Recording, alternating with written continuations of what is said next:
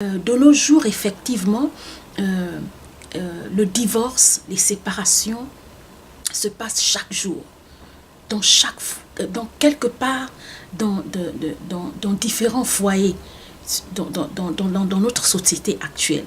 Et en tant que parents, nous voulons, je pense pour ma part que nous avons la responsabilité de pouvoir non seulement apporter la protection à ces enfants, mais aussi à leur amener de ne pas vivre les échecs que nous avons déjà vécus.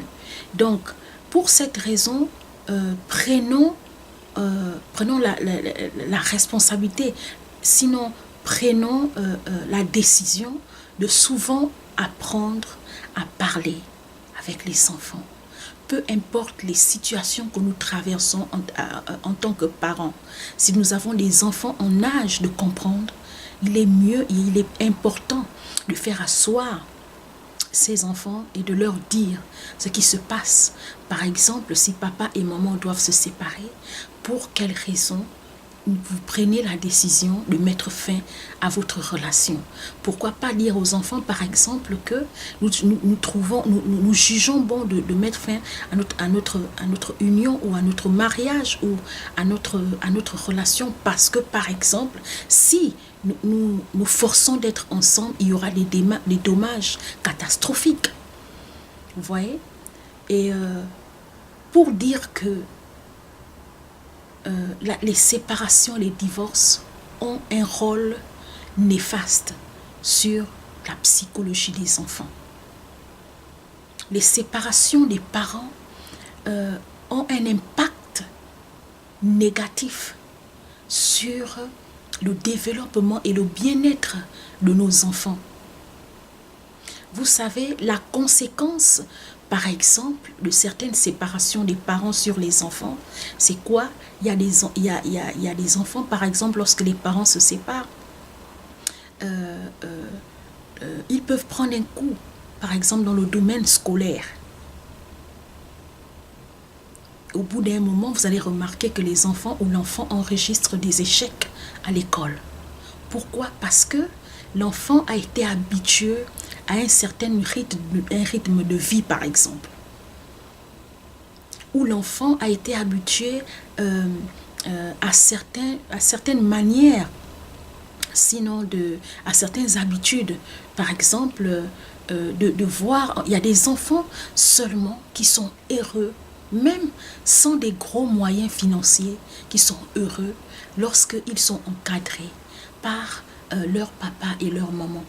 C'est vrai, aujourd'hui, vous allez remarquer que il y a plusieurs enfants qui vivent dans des foyers monoparentaux.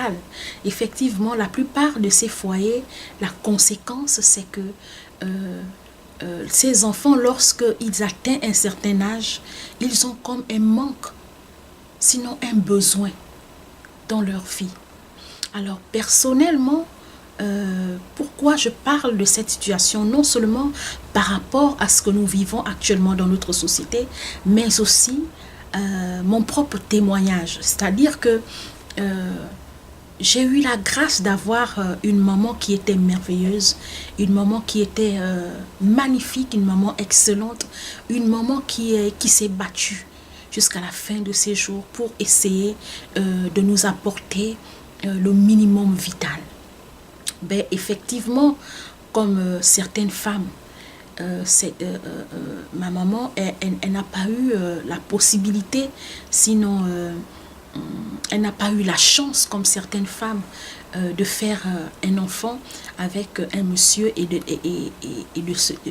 dans le mariage et de pouvoir élever son enfant avec le monsieur, avec le papa de l'enfant.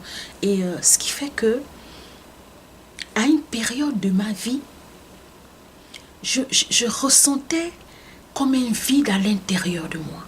Un vide que je n'arrivais pas à expliquer. Et lorsque j'ai commencé la vie comme toute jeune fille, c'est-à-dire que j'ai commencé à me mettre en couple. J'avais comme l'impression que je demandais un peu trop à la personne avec qui je vivais. C'est-à-dire que à l'intérieur de moi, j'avais comme envie que ce monsieur me donne non seulement l'amour qu'un partenaire peut donner à sa conjointe, aussi l'amour, j'attendais de lui l'amour d'un père. Parce que je n'ai pas eu la grâce de bénéficier effectivement de cet amour. Et tout au long de ma vie, sinon tout au long de ma jeunesse, avant effectivement que je ne sois mariée, j'étais comme à la recherche de cet amour, l'amour paternel. Et laissez-moi vous dire que le besoin, sinon le désir de pouvoir obtenir cet amour m'a fait faire des choses après que j'ai regretté. Mais gloire soit rendue à Dieu parce que à une certaine période de ma vie, j'ai eu la grâce d'accepter le Seigneur Jésus et dans ces moments, dans cette période de ma vie, effectivement, j'ai intégré une église et au travers des responsables, sinon de certaines personnes dans cette église, j'ai eu la grâce d'être enseignée. J'ai eu la grâce d'être, qu'on puisse m'expliquer que il peut arriver certaines situations dans la vie. Certains parents parfois n'ont pas souhaité, n'ont pas prévu de pouvoir élever leurs enfants seuls. Mais les circonstances de la vie ont fait en sorte que la maman ou le papa s'est retrouvé avec toi tout seul en train de t'élever.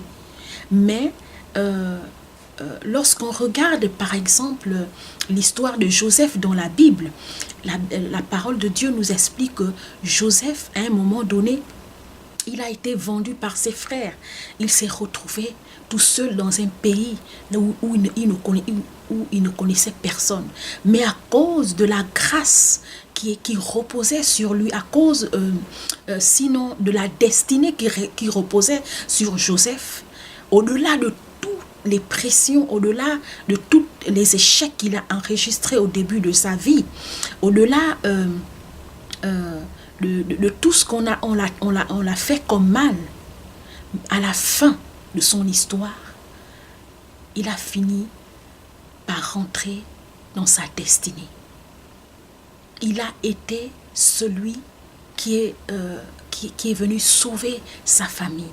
Donc, pour dire que certainement tu me regardes aujourd'hui, tu es dans ce genre de situation. C'est-à-dire que ta maman t'élève toute seule. Et à l'intérieur de toi, en tant qu'enfant, tu ressens le besoin de connaître ton papa, par exemple. Tu ressens un désir profond de vivre l'amour paternel. C'est-à-dire que, vous savez, pour ceux qui vivent cette situation, comme moi je l'ai vécu, c'est quelque chose c'est un besoin en fait que c'est une soif qu'on ne peut pas éteindre à un enfant, à l'intérieur d'un enfant. On ne peut pas sinon éteindre cette soif. C'est comme par exemple un enfant aussi qui grandit avec son papa et qui n'a pas la présence de sa mère. Il est encore pire pour les enfants qui sont orphelins, non seulement de mère, mais aussi de père. Alors cette soif de pouvoir d'être un enfant, de pouvoir être câliné, de ressentir l'amour, la force de l'amour qu'une maman peut transmettre à son enfant, peu importe votre rang social. Ce besoin de ressentir l'amour la force de l'amour qu'un père peut communiquer à son petit garçon. Alors cette soif et ce désir peut parfois causer des dommages, non seulement psychologiques, moraux, sur certains enfants. D'où certains enfants sont par exemple se sentent obligés d'aller couvrir ce besoin par l'alcool. Certains enfants sont comme obligés d'aller compléter, d'aller combler ce besoin par certaines addictions. Aujourd'hui, par exemple, nous allons remarquer qu'il y a des enfants, il y a des jeunes filles, c'est-à-dire que, ou des garçons, s'il a grandi dans un couple où il n'y avait pas la présence, par exemple, de son papa, ce jeune homme, à l'âge adulte, il a comme du mal à jouer, sinon le rôle total d'un père dans son couple futur. Pourquoi? Parce que à cause de l'absence paternelle, à cause du manque de la présence d'un homme dans sa vie, il a manqué certaines choses.